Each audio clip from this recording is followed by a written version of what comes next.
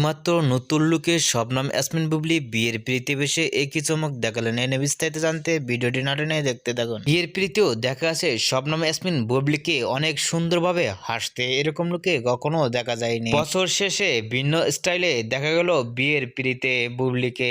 সাদা পোশাকে স্বর্ণ অলংকার পরে বুবলিকে অসাধারণ লুকেই প্রকাশ করতে দেখা যাচ্ছে সোশ্যাল মিডিয়ায়। বুবলির বিয়ের পিড়িতে অনেক খুশি মনেই হঠাৎ দেখা গেল বছর শেষে এরকম লুকে। বুবলিকে বিয়ের পিড়িতে বসে অনেকটাই সুন্দর লাগছে, এরকম লুকে কখনো সাজতে দেখা যায়নি বুবলিকে।